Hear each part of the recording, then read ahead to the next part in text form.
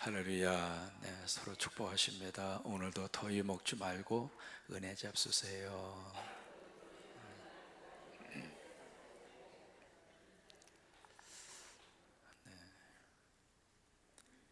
오늘 야고보서에 보시면은 차별하지 말라 그렇게 말씀을 하세요.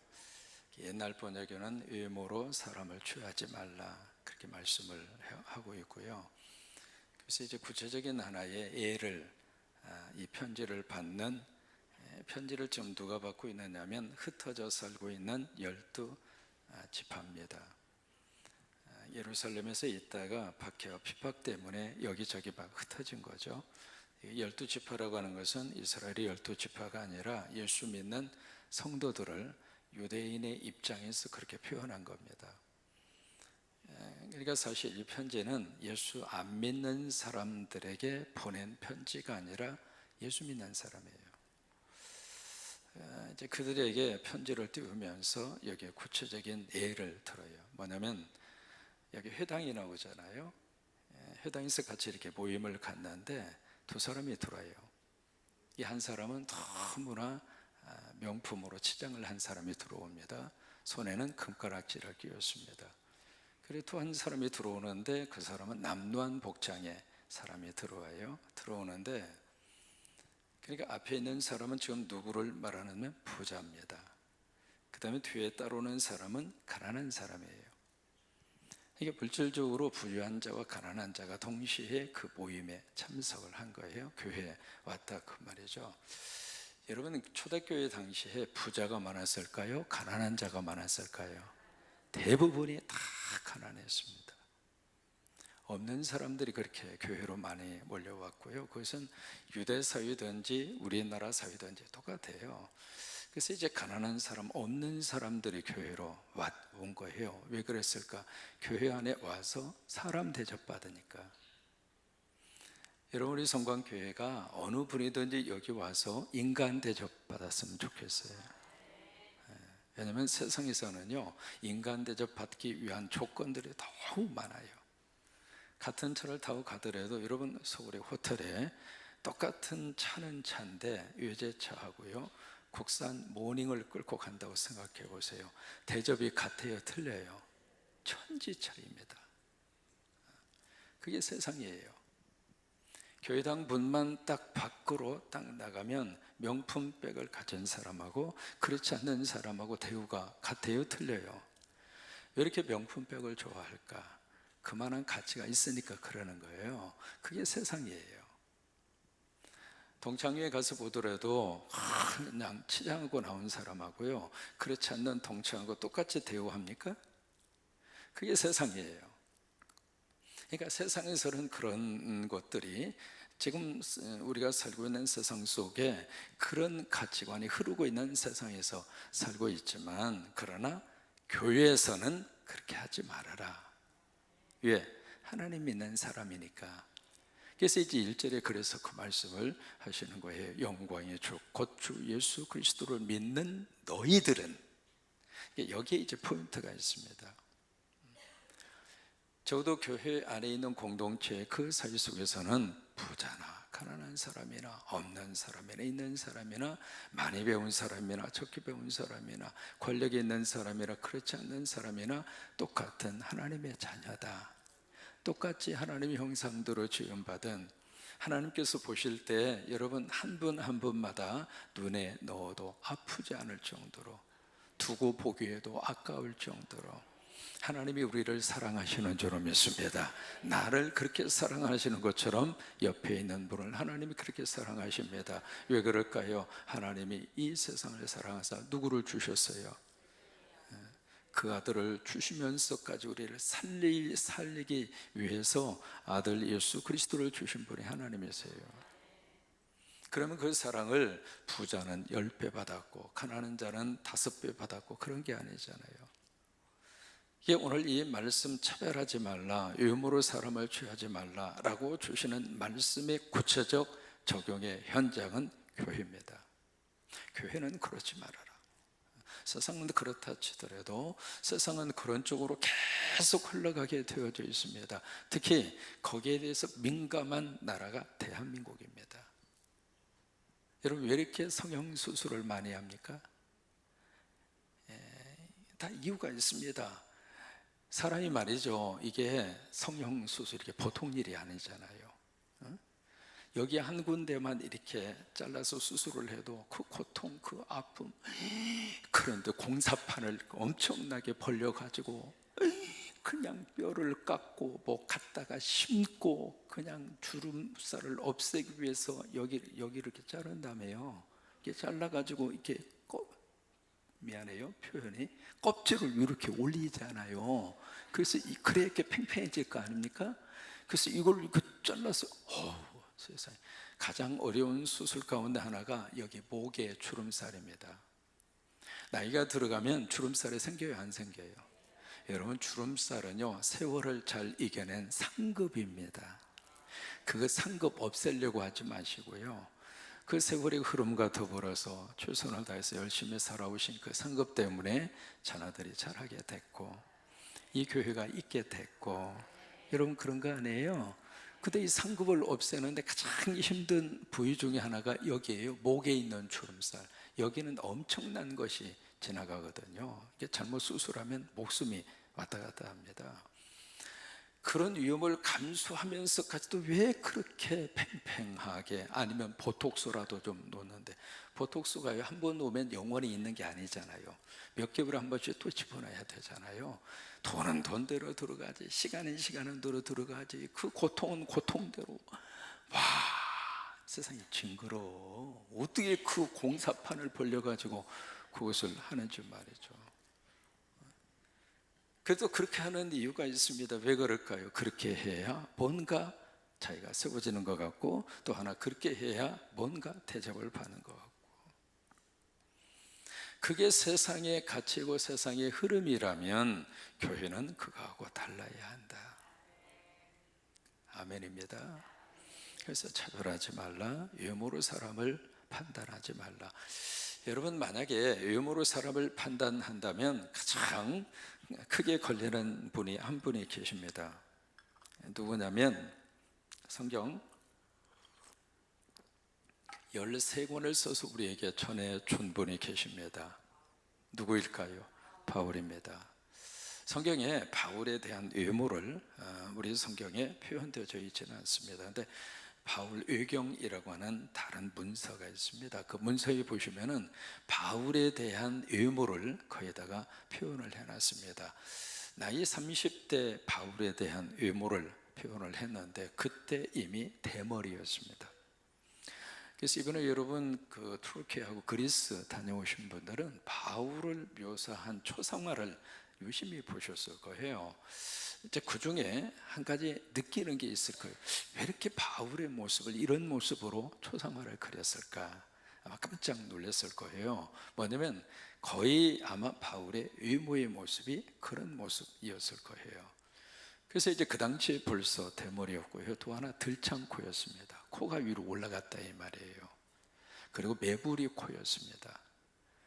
그러니까 오죽하면 그렇게 표현하잖아요. 당신이 쓴 글을 통해서는 능력이 있고 글을 통해서는 힘이 있고, 그런데 직접 만나서 대화를 나눠보니까 언변도 어눌하지, 외모도 그렇지. 바울이 그랬어요.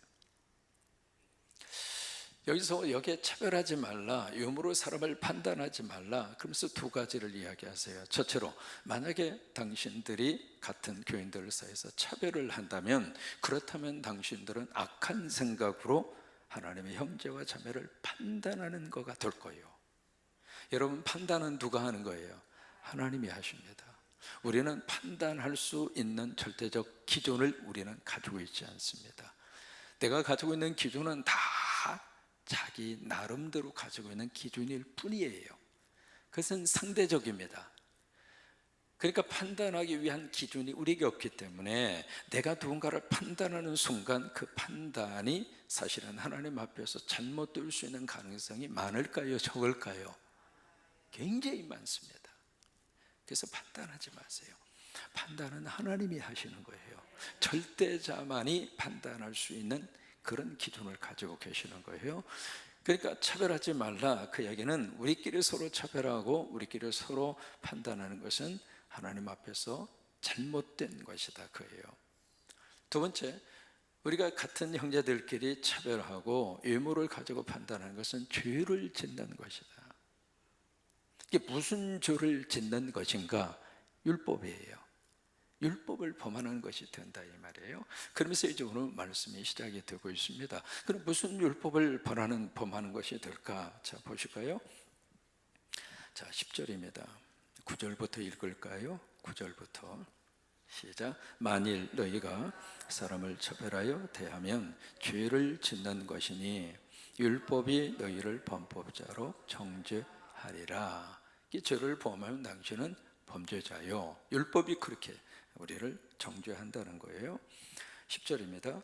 누구든지 온 율법을 지키다가 그 하나를 범하면 모두 범한 자가 되나니. 이해가 되시죠? 10계명을 주셨습니다. 근데 그 중에 9개를 다 지켰어요. 근데 그 중에 하나의 계명을 범하면 범법자입니까? 아니면 90점짜리 교인이 되는 겁니까? 범법자가 된다, 이 말이에요.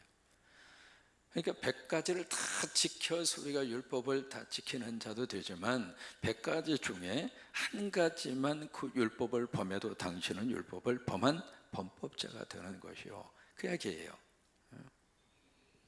그래서 여기 11절 말씀에 가늠하지 말라 하신 그분이 살인하지 말라 하셨은즉, 내가 바로 가늠하지 아니하였어도 살인하면 율법을 뭐한 자가 돼요? 범한 자가 된다, 이 말이에요.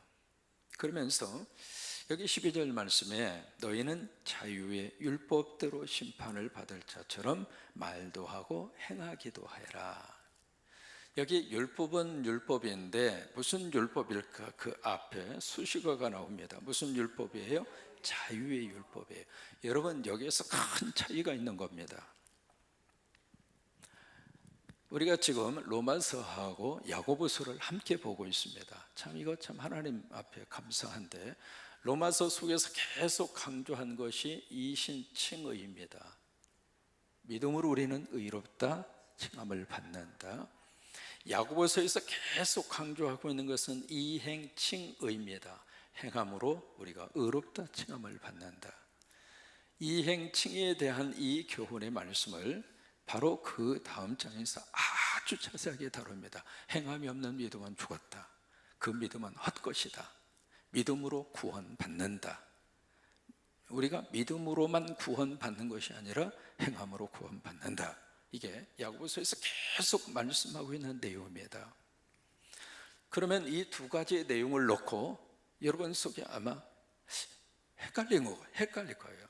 도대체 어느 쪽이 맞는가? 한쪽에서는 믿음으로 의롭다함을 받는다, 믿어야 된다, 그렇게 말씀을 하고 있고, 한쪽에서는 아니야, 믿음 가지고는 안 돼, 행함이 있어야 돼 라고 하는 것이 지금 성경에서 나오고 있는 말씀이거든요.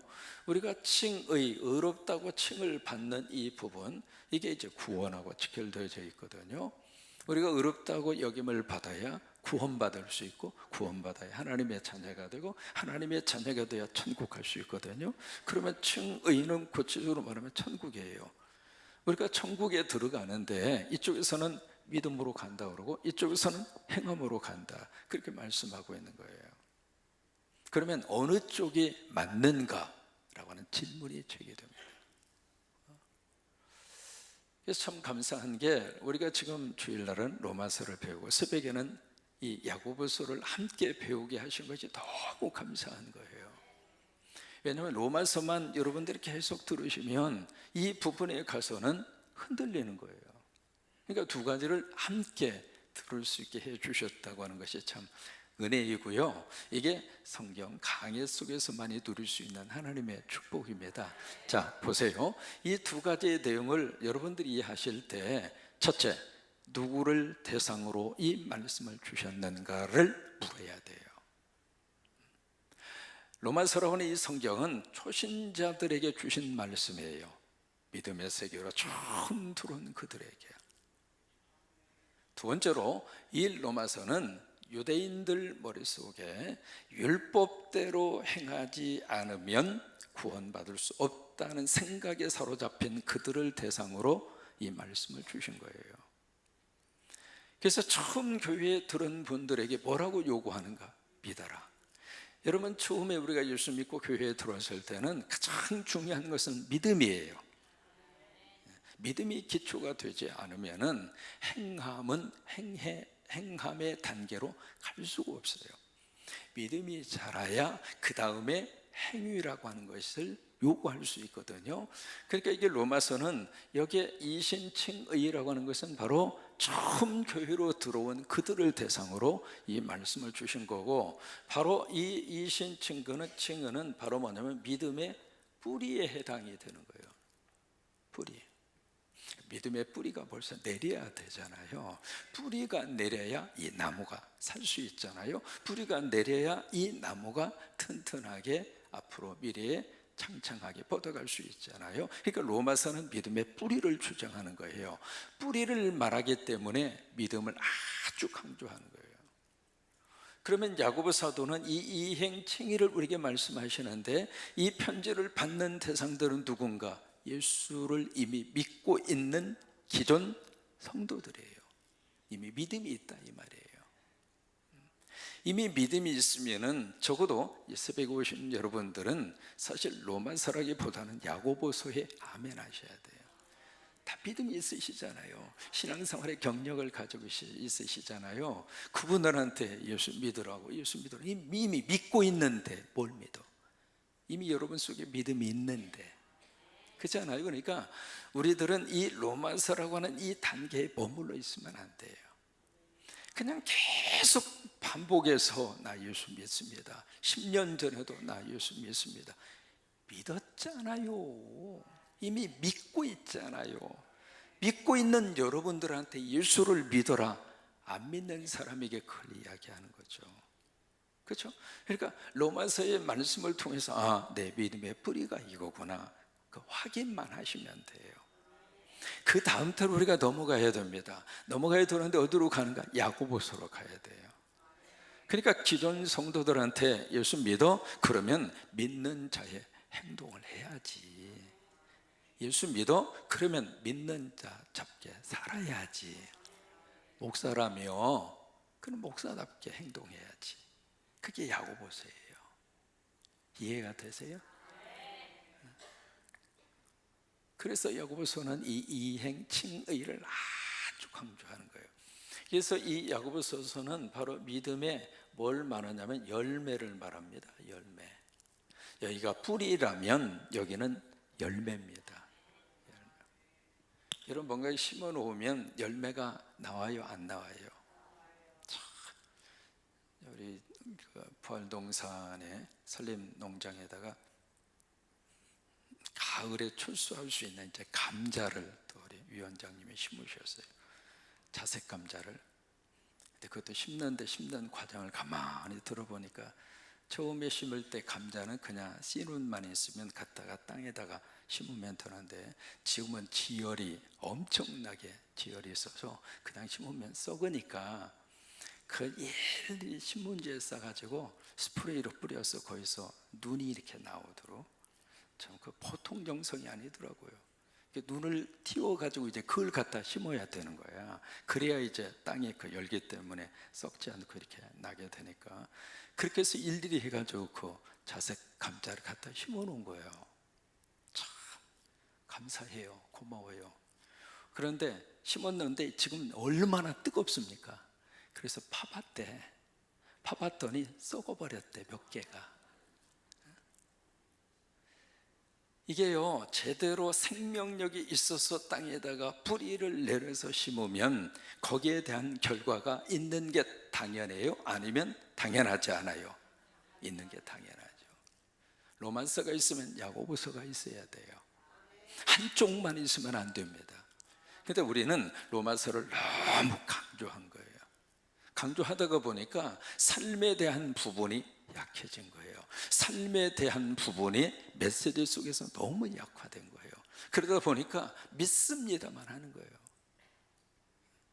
근데 우리가 야고보서도 함께 성경 말씀으로 읽어야 된다 이 말이에요.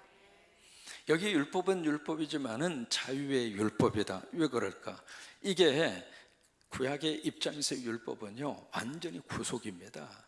율법을 안 지키면은 죄인이에요. 율법을 범하면 하나님이 벌 받아요. 율법을 지키지 않으면 지옥 가요.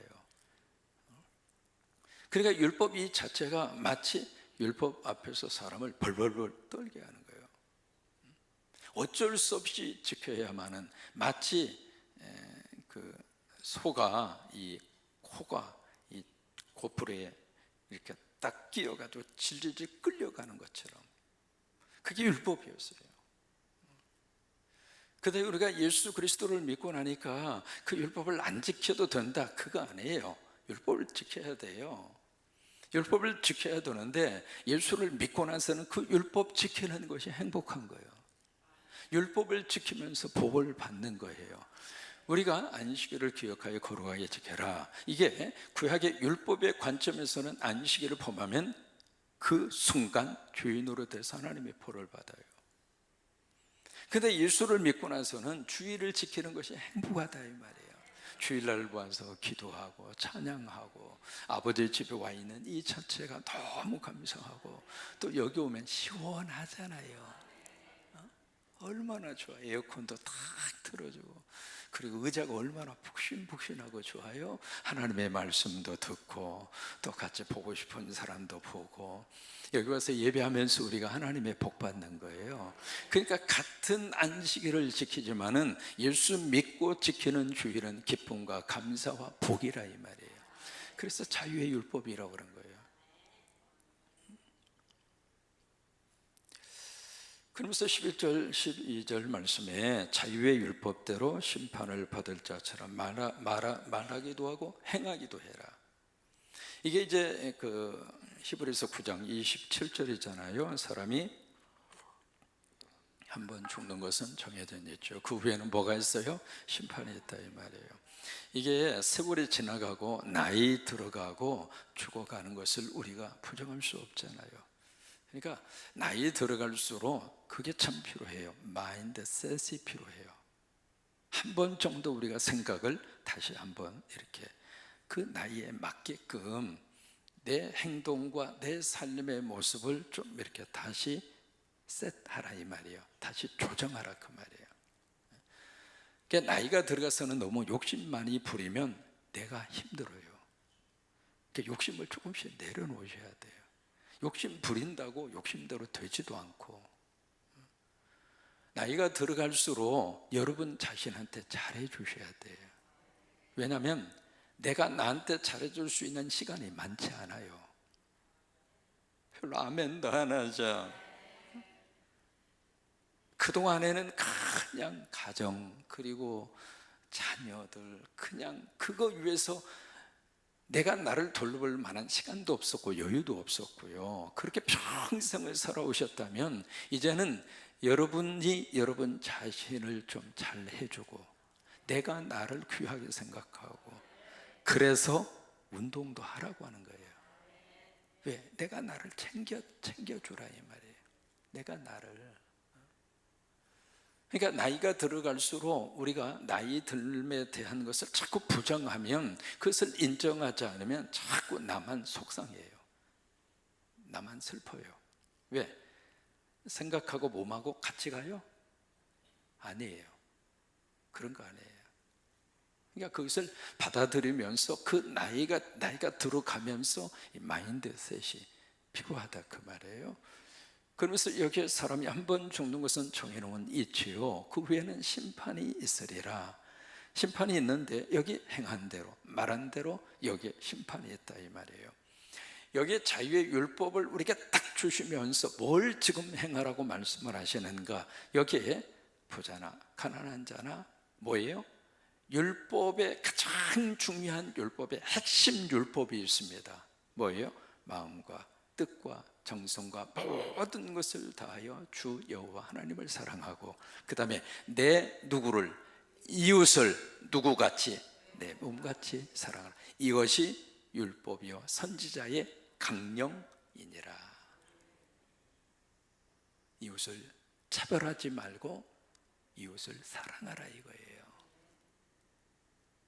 이게 자유의 율법을 행하는 자의 축복이라 이 말이에요. 그리고 마지막에 자 보세요. 13절입니다. 시작. 긍휼을 행하지 아니하는 자에게는 긍휼이 없는 심판이 있으리라. 긍휼은 심판을 이기고 자랑하느니라. 긍휼을 다른 말로 말하면 사랑으로 바꿔도 괜찮아요. 또 긍휼을 다른 말로 자비로 바꾸셔도 괜찮아요. 누군가를 사랑하면 그 사랑한 것만큼 나도 너를 사랑하리라 그 말이에요. 가난한 자를 무시하면 하나님이 나도 무시하겠다 이 말이에요. 그래서 세상에서 그런 차별과 세상에서 그런 것들이 있다 하더라도 예수 믿는 너희들은, 믿는 사람이 모여져 있는 교회 공동체는 그러지 말라 이 말이에요. 교회까지 그러면 어떻게 되겠느냐. 이해가 되십니까? 그 말씀을 오늘 우리에게 주시고 있습니다. 이 차별 문제가 나왔으니까 지금 한국에 17년째 계속 국회에서 통과시키려고 하는 법이 하나 있습니다. 아십니까? 차별금지법. 이걸 이제 평등법이라고 이렇게 말을 하기도 해요. 이게 발의가 된 지가 벌써 17년 됐습니다. 근데 이게 없어진 게 아니라 계속해서 이제 국회는 법을 발의했다가 이게 안 되면 또 폐지되고 또 발의하고 폐지도 계속 그래요. 아무튼 17년째 계속해서 이 차별금지법이라고 하는 것이 이게 이제 계속 시도를 지금 하고 있습니다. 우리가 듣기에 차별금지 맞죠? 성경이 차별금지법을 하고 있잖아요. 근데 왜 그걸 기독교인들이 반대하느냐 말이에요. 우리가 그 법안에 말하는 차별금지법, 평등법 그 자체 그 법을 추진하려고 하는 이 모습이라든지 목적이 성경하고 사실은 그 타이틀만 봤을 때는 맞아요, 틀려요? 맞다 이 말이에요. 근데 왜 반대하느냐 말이죠. 두 가지 면에서 그렇습니다. 첫째로 지금 법안을 발의하려고 하는 차별금지법이라고 하는 그 차별 그 조항 속에 이미 법적으로 다 만들어져 있습니다. 예를 들면 장애인을 차별하지 말아라. 장애인 차별법이 이미 있습니다. 그러니까 그 법안을 살리면 돼요. 없는 게 아니라 있으니까. 두 번째, 왜 그러면 기독교인들이 목사들과 더불어서 그렇게 막 결사적으로 차별금지법을 반대하는가? 우리가 흔히 알고 있는 것처럼 몇 가지 독소조항이 있습니다. 그것 때문에 그러는 거예요. 그 중에 하나가 바로 뭐냐면 성적인 차별을 금지하는 조항이에요. 우리가 듣기에 그렇죠, 뭐 남성이나 여성이나 차별당하면 안 되지. 맞아요. 거기서 끝났으면 누가 뭐라고 그럽니까? 여성이든 남성이든 누구든 차별하지 말라. 동등한 규율을 주고 똑같이 인간으로서의 권리와 그리고 인간으로서의 인권을 존중을 해라. 맞아요. 근데 여성과 남성이라고 하는 양성 외에 또 다른 성을 갖다가 집어넣은 거예요. 제3의 성. 이 제3의 성이라고 하는 것이 참 오늘 우리들에게 아주 이상한 모습으로 이 세상이 지금 이 성 문제가 지금 흘러가는 것을 거기다가 대변하고 있는 거거든요. 뭐냐면 남성도 아니고 여성도 아니고 나는 양성이다. 여러분 이해가 되십니까? 난 남자도 아니고 여자도 아니야. 그 양성. 아니면 이게 이 남자인데 자기는 여성이라고 하는 거예요. 자기가 자기를 그렇게 느낀다고 하는 거예요. 성적으로 분명히 신체적으로는 남성이에요. 근데 자기가 여성이라는 거예요. LA에서 무슨 일이 있었는 줄 알아요? 사우나가 있었는데 여성 사우나실에 남성이 들어온 거예요. 남성이 들어오니까 그 주인이 경찰한테 연락했죠. 여성 사우나실에 타일이 남성이 들어왔다고. 근데 이 남성이 뭐라고 주장하냐면 나는 여성이라고. 누가 보기에도 남성인데 자기가 여성이라고 하는 거예요. 그런 일이 LA 사우나실에서 얼마 전에 그 일이 있었거든요. 이번에 파리 올림픽에서도 그런 일이 있었잖아요. 분명히 박싱 선수인데 누가 보기에도 여성이에요, 남성이에요? 남성이에요. 누가 보아도 얼굴 생김새부터 시작해서 자기는 여성이라는 거예요. 결국 그 사람이 금메달 땄습니다. 이게 성적 문제에 있어서 이게 분명히 남성과 여성을 차별하지 말라, 그건 우리가 받아들여야 되고 분명히 그건 맞아요. 그런데 이게 성적 애매함과 모호성이 있다 이 말이에요. 그 영역을 법적으로 보장해 준다는 거예요. 보장을 해 주는데 만약에 보장하는 것으로 끝나지 않고 그걸 차별하잖아요. 차별하는 사람들은 법적으로 제재를 가하겠다. 그러면 무슨 일이, 무슨 현상이 나타나는가? 여러분, 강대상에서 성경을 근거로 해서 남성과 여성 외에는 하나님께서 우리에게 허락하신 성이 없습니다. 그렇게 만약에 설교를 하고 동성애에 대해서는 하나님의 심판이 있습니다, 그렇게 설교하면 그 법에 접촉을 받아서 법적으로 제재를 당한다 이 말이에요. 여러분, 그렇다면 그 차별금지법이 성서적 입장으로 보았을 때 우리가 받아들여야 돼요? 아니라 이 말이에요. 영국이 그 법을 오래전에 통과했습니다. 영국이 어떻게 됐는가? 거의 변호사가 와서 한국 사람들에게 피를 토하며 외치는 말이 있었습니다. 한국은 우리와 같은 실수를 범하지 마시오. 이게요, 한번 이렇게 분불이 터지면 급물살이 치고 들어오는 거예요. 지금 17년째 막고 있는 거예요. 여러분, 앞으로도 그건 막아야 돼요. 그건 우리가 기도하고 무슨 방법을 통해서라도 막지 않으면은 조금 허용하는 것이 아니라 결국에서는 이게 엄청나게 허용이 되는 거예요. 제가 1987년 미국에 가서 미국 장로교에 속해 있었잖아요. 20년이 있다가 왔어요. 처음에 제가 총대로 총회에 참석을 하는, 미국 장로교는 총대가 430명밖에 안 돼요. 그러니까 교인이 한 200만 명인데 그 중에 총대로 참석하는 사람은 430명이에요. 그러니까 엄청나게 작은 소수가 모여서 총회를 열을 해요. 그렇게 해서 이제 총회를 하는데 처음에 총대로 참석했을 때 가장 뜨거운 감자가 동성연애 문제였어요. 그게 벌써 1990년도입니다. 제가 미국의 신학교에 딱 들어가서 공부 시간에 앞에 4명이 와서 앉아 있어요. 교수가 그 시간에 뭘 시키는가? 동성연애를 가지고 서로 토론하라는 거예요.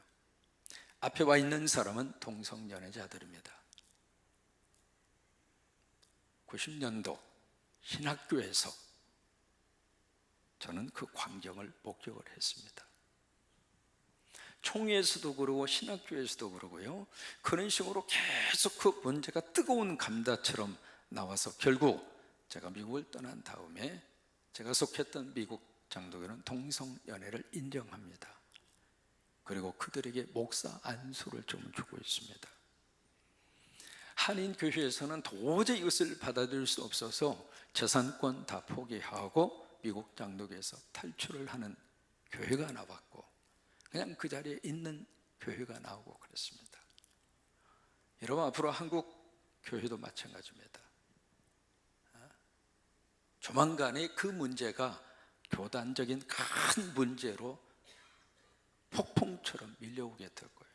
이미 저는 다 겪었어요. 여러분, 그런 속에서 이 차별 문제가 나와서 말씀을 드리는 거예요. 교회 안에서는 차별이 있으면 안 돼요. 교회는 누가 오든지 하나님의 형상대로 지음받은 사람이에요.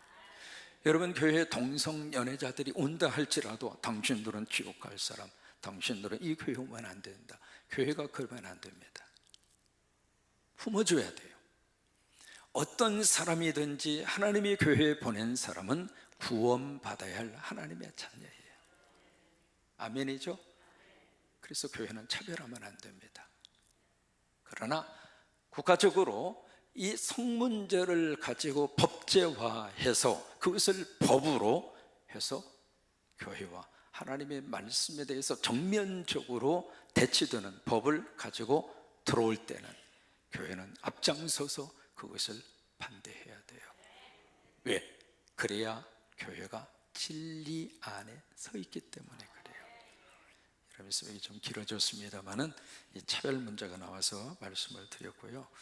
내일 새벽에 이 행함 문제, 이행, 칭의 문제를 아주 자세하게 다루고 있습니다. 내일 새벽에도 은혜가 되는 시간이 될 수 있게 되기를 바랍니다.